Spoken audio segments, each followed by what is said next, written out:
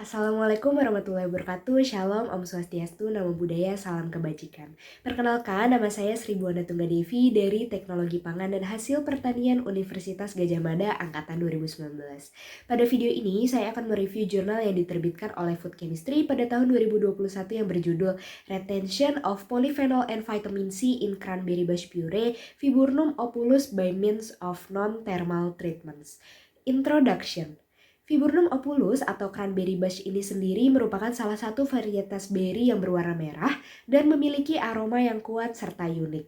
Masyarakat lokal Turki biasanya mengolahnya menjadi minuman tradisional, jam, jelly, dan marmalade dengan mengkonsiderasi tingginya kandungan pektin pada buah ini ketika dipanen di awal musim gugur, membuat pada pengolahannya tidak perlu menambahkan pektin lagi.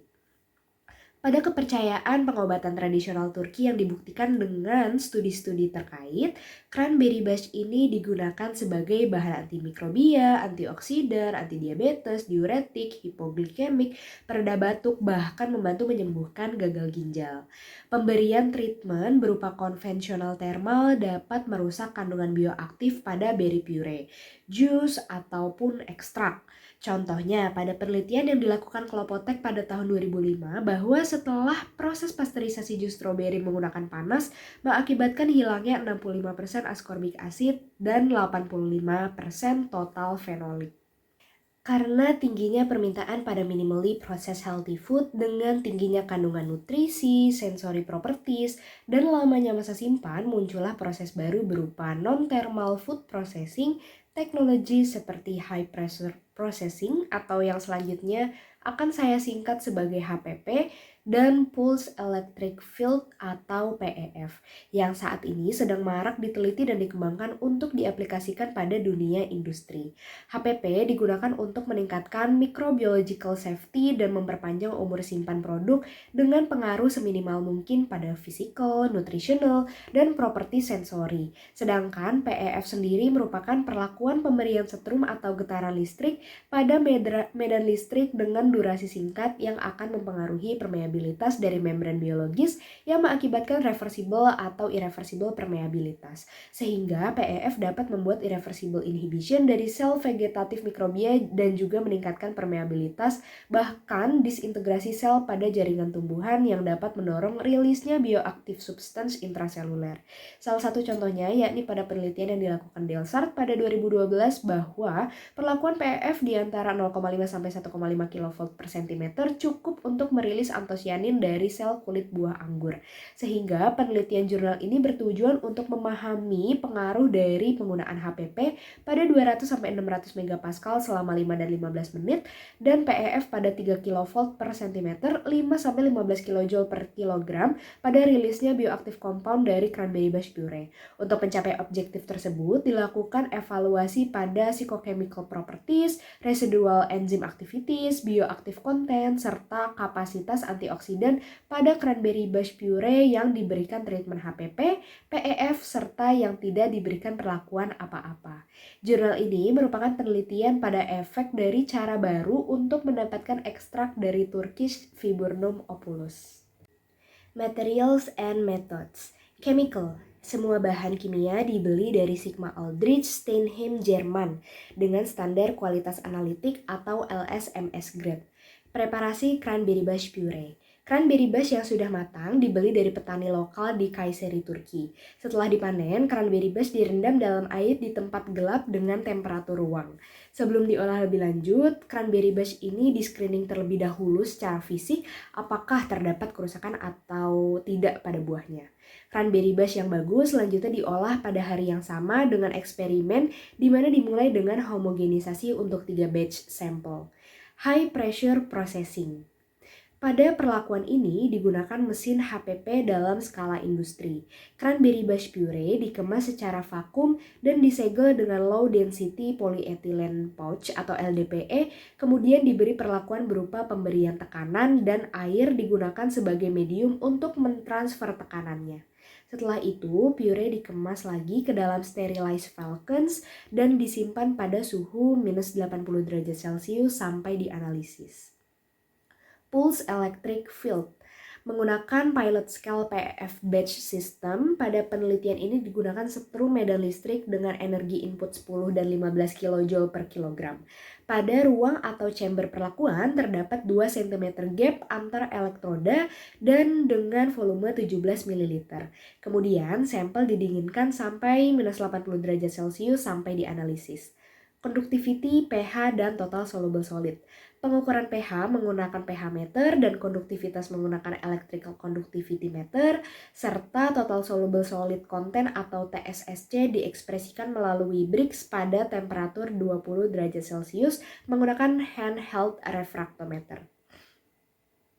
Penentuan vitamin C content dengan HPLC fluorescence detection. Sampel cranberry bush dihomogenisasi dengan asam, kemudian hasilnya dicampur dengan karbon aktif untuk mereduksi L-asam askorbat menjadi dehidro L-asam askorbat. Kemudian dipisahkan dengan plated filter atau filter berlipat. Kemudian ditambahkan larutan vanillin diamin pada filtrat dan dihomogenisasi. Setelah dilakukan filtrasi, sampel diinkubasi dan diinjeksi. Kemudian dipisahkan dengan HPLC, kemudian dideteksi dengan fluorescence detector. Pada penggunaan HPLC ini, fase gerak yang digunakan terdiri dari 50% metanol dengan 92 milimolar sodium asetat, 4,5 milimolar fosforik asid, dan 21 milimolar asam asetat pada isocratic condition dengan laju air sebesar 0,8 mm per menit. Penentuan aktivitas polifenol oksidase. Sampel cranberry bush dihomogenisasi dengan Na-fosfat buffer. Kemudian hasil homogenisasi disentrifugasi. Kemudian supernatant yang terbentuk diambil dan ditaruh dalam ice water bath sampai dilakukan pengujian maksimal sebelum 3 jam lamanya. Pengukuran dilakukan menggunakan UV atau visible spectrophotometer dengan ditambah campuran reaksi yang terdiri dari Na-fosfat buffer, sampel, larutan pirokatekol, dan kemudian dimonitor absorbansinya. Reference value ditentukan dengan larutan belangko berupa Na-fosfat buffer dan pirokatekol. 1 unit aktivitas enzim atau U diartikan sebagai peningkatan absorbansi sebanyak 0,001 per menit. Kemudian the residual activity atau Ra dari enzim ditentukan dengan persamaan residual PPO activity sama dengan aktivitas PPO setelah perlakuan dibagi aktivitas PPO sebelum perlakuan. Ekstraksi polifenol. Ekstraksi polifenol sampel cranberry bush puree dimulai dengan menambahkan acidified metanol dengan 0,1% asam format ke dalam sampel. Kemudian campuran tersebut divortex dan didiamkan semalaman. Keesokan harinya campuran tersebut disentrifugasi. Mekanisme ekstraksi ini diulang 3 kali dan supernatant yang terbentuk disaring dengan filter politetrafluoroetilen dan kemudian disimpan pada suhu minus 80 derajat Celcius untuk dilakukan analisis lanjutan. Identifikasi polifenol menggunakan UPLC QTOF-MS. Sebelum analisis LC-MS, ekstrak dari berbagai perlakuan dilewatkan pada membran filter. Analisis LC-MS dilakukan pada water equity UPLC system yang terhubung dengan water QTOF Premier Mass Spec Spectrophotometer yang dilengkapi dengan electrospray ionization atau ESI. Sistem UPLC dilengkapi dengan binary pump dengan digeser, auto sampler, tunable UV atau TUV detektor, dan pengaturan kolom. Untuk separasi kromatografi digunakan kolom berupa water equity UPLC BEH vinyl, fase geraknya yakni campuran asam format dan NQ water sebagai L1A, serta asam format dan asetonitril sebagai L1B. Kuantifikasi klorogenik asid menggunakan UPLC UV. Ekstrak hasil berbagai macam perlakuan dilewatkan pada membran filter dan diinjeksi ke dalam water acuity UPLC system dengan TUV detektor. Digunakan kolom berupa water acuity UPLC BEH vinyl sebagai fase diam. Fase geraknya yakni campuran asam format dan NQ water sebagai L1A serta asam format dan asetonitril sebagai L1B. Untuk kurva kalibrasi puncak kromatografi, larutan standar yang berupa klorogenik asid versus konsentrasinya diplot dan kemudian hasilnya diekspresikan dalam miligram klorogenik asid per 100 gram sampel. Pengujian spektrofotometri. Total phenolic content atau TPC diukur pada panjang gelombang 765 nanometer dan hasilnya diekspresikan sebagai miligram gallic acid ekuivalen atau GAE per 100 gram sampel. Total flavonoid content atau TFC diukur pada panjang gelombang 510 nanometer dan diekspresikan sebagai miligram rutin ekuivalen atau RE per 100 gram sampel. Total monomeric anthocyanin content atau TAC ditentukan dengan metode perbedaan pH. Kemudian hasilnya diekspresikan sebagai cyanidin 3O-glukosida ekuivalen per 100 gram sampel dengan rumus di samping. Untuk aktivitas antioksidan ditentukan dengan kuprak dan DPPH. Pada perlakuan tersebut digunakan Trolox sebagai larutan standar dan hasilnya diekspresikan sebagai miligram Trolox ekuivalen atau TE per 100 gram sampel.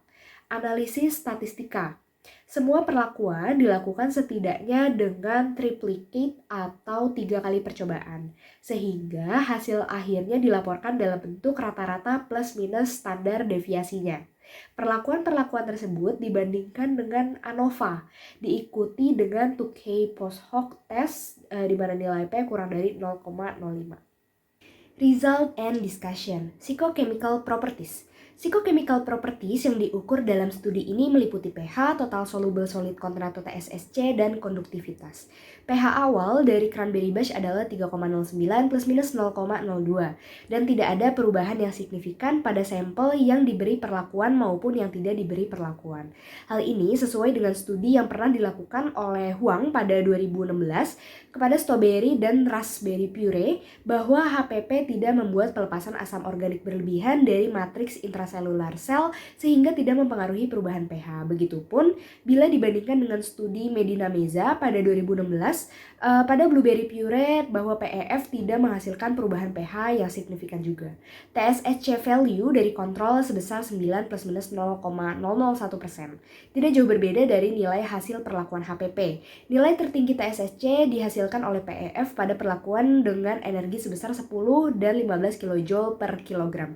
Hal ini disebabkan oleh intracellular substance meliputi solut, gula, bioaktif compound, dan air terlepas keluar dari membran sel tumbuhan karena mild dan moderate. PEF dapat menyebabkan terbentuknya pori reversible yang dapat mendorong terlepasnya intracellular substance ini.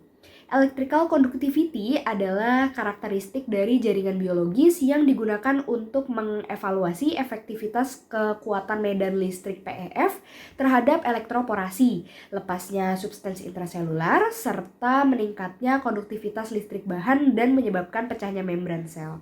Dan hasil percobaan menunjukkan bahwa semakin tinggi energi yang dikeluarkan oleh PEF, semakin tinggi juga conductivity yang mengindikasi adanya disruption pada sel yang menyebabkan lepasnya mineral. Aktivitas polifenol oksidasi atau PPO. Seperti yang terlihat pada grafik, pada perlakuan dengan HPP, PPO activity menurun seiring bertambahnya tekanan yang diberikan dan lamanya waktu perlakuan. Dan dari perlakuan ini, nilai tertinggi dari inaktivasi PPO activity adalah 72,2% pada 600 megapascal dalam 15 menit. Inaktivasi dari enzim PPO dapat disebabkan oleh disosiasi atau modifikasi dari gugus prostetik dan conformational change pada enzim. Nah, pada percobaan ini ada peningkatan pada perlakuan HPP 400 megapascal selama 15 menit. Hal ini ternyata juga terjadi pada beberapa studi sejenis dan meningkatnya nilai PPO ini dapat diakibatkan oleh gangguan mekanisme tanaman yang menyebabkan lepasnya enzim yang sebelumnya terikat dari jaringan tanaman. Selain itu bisa juga terkait dengan perubahan bentuk formasi enzim akibat tekanan yang diberikan oleh HPP. Pada perlakuan dengan PEF, data justru memperlihatkan peningkatan dari aktivitas PPO pada cranberry bush puree seiring dengan meningkatan listrik yang dialirkan. Hal ini dapat terjadi dikarenakan pemberian spesifik energi justru melepaskan PPO dari sel sebagai hasil dari electroporation akibat perlakuan dari PEF. Kandungan vitamin C. Vitamin C sangat rentan terdegradasi bila dipengaruhi oleh pH, suhu, kehadiran ion logam, oksigen, cahaya, dan enzim pengoksidasi. Pada grafik dapat terlihat bahwa sampel kontrol cranberry bush puree memiliki kandungan vitamin C 37,9 plus minus 0,01 mg per 100 gram. Dan dari perlakuan yang dilakukan pada sampel dapat terlihat bahwa terjadi reduksi signifikan setelah perlakuan HPP dibanding dengan perlakuan PEF yang tidak terjadi perubahan yang signifikan. Hal ini mengindikasi bahwa vitamin C terpreserve lebih baik melalui proses PEF. Studi lain juga mendapatkan hasil yang serupa, di mana PEF memiliki angka retensi vitamin C yang lebih baik. Hal ini menunjukkan bahwa intensitas PEF yang rendah tidak mendorong pelepasan vitamin C dari puree. Komponen bioaktif. Kuantifikasi spektrofotometri pada fenolik dan flavonoid dirangkum pada grafik di samping. Didapatkan data bahwa TPC dan TFC meningkat seiring meningkatnya tekanan dan waktu perlakuan HPP, serta meningkatnya intensitas energi PEF. HPP dan PEF menyebabkan meningkatnya TPC pada rentang antara 4-11% untuk HPP dan 10-14% pada PEF. Selain itu, terjadi juga peningkatan pada TFC sebesar 1-5% untuk HPP dan 6-8% untuk PEF. Tetapi perubahan tersebut tidak termasuk signifikan. Yang cukup signifikan hanya pada input 15 kJ per kilogram pada TPC dan TFC dibanding dengan semua sampel. Studi yang sudah ada sekarang telah memperlihatkan bahwa perlakuan HPP dan PEF pada cranberry bush puree dapat mempertahankan retensi TAC pada semua sampel berapapun intensitas prosesnya. Tidak ada perubahan yang signifikan pada TAC meskipun tetap ada perubahan jumlahnya juga sedikit. Pada perlakuan dengan PEF didapatkan hasil TAC yang meningkat seiring dengan peningkatan energi. Adanya perubahan-perubahan yang tidak signifikan pada TPC, TFC, dan TAC dapat disebabkan oleh peningkatan ekstraktibilitas phenolic compound karena perlakuan oleh HPP ataupun PEF. HPP yang diberikan pada bahan pangan dapat menyebabkan perbedaan tekanan pada kedua sisi membran sel yang menyebabkan peningkatan permeabilitas, transfer massa, dan terbukanya matriks yang mengikat komponen fenolik. Dalam studi ini, phenolic compound pada sampel dianalisis menggunakan metode spektrofotometri maupun kromatografi. Analisis senyawa fenolik pada studi ini tidak menggunakan reagen Volin-Kiokalte karena diketahui bila analisis TPC menggunakan metode tersebut, reagen tidak bekerja spesifik hanya pada phenolic compound saja, karena reducing compound pada sampel juga termasuk gula reduksi, amino acid, asam sitrat, dehidroascorbic acid, di mana senyawa-senyawa tersebut dapat mengganggu hasil sebenarnya dengan menyebabkan angkanya overestimated. Studi ini juga meneliti senyawa apa saja yang terkandung pada cranberry bush puree melalui UPLC QTOF-MS atau MS analysis. Tabel berikut memperlihatkan senyawa yang teridentifikasi beserta massa senyawa, rumus molekul, error dalam ppm, dan phytochemical sampai perbandingan dengan literatur yang sudah ada. Beberapa studi menyebutkan bahwa komponen utama dalam Viburnum opulus adalah chlorogenic acid, sehingga pada studi ini juga dilakukan penelitian efek HPP dan PEF pada chlorogenic acid. Didapatkan data bahwa jumlah chlorogenic acid meningkat seiring bertambahnya tekanan dan lama perlakuan pada HPP yakni sebesar 6-7%, serta meningkatnya intensitas energi PEF juga menyebabkan peningkatan jumlah sebesar 5,6-11%. Kapasitas antioksidan. Penelitian ini ditujukan untuk menentukan pengaruh dari non-thermal food processing terhadap antioksidan activity dari general perspektif melalui metode Kuprak dan DPPH. Kuprak berlandaskan elektron transfer atau AT-based dan DPPH berlandaskan transfer atom hidrogen atau HAT-based. Data yang dihasilkan metode Kuprak yakni tidak ada perubahan yang signifikan setelah perlakuan HPP dan hanya pada perlakuan PEF di 15 kJ per kilogram yang menghasilkan perubahan yang cukup signifikan karena fenolik dan flavonoid yang terekstrak ternyata lebih banyak. Dalam mengevaluasi kapasitas antioksidan perlu juga untuk memperhatikan non-fenolik antioksidan seperti asam askorbat yang juga bertanggung jawab untuk angka keseluruhan kapasitas antioksidan dari sampel ini. Conclusion, pada studi ini tujuannya adalah mencari efek perlakuan HPP dan PEF terhadap retensi bioaktif compound, potensi ekstraksi vitamin C, fenolik, flavonoid, dan antosianin pada cranberry bush puree.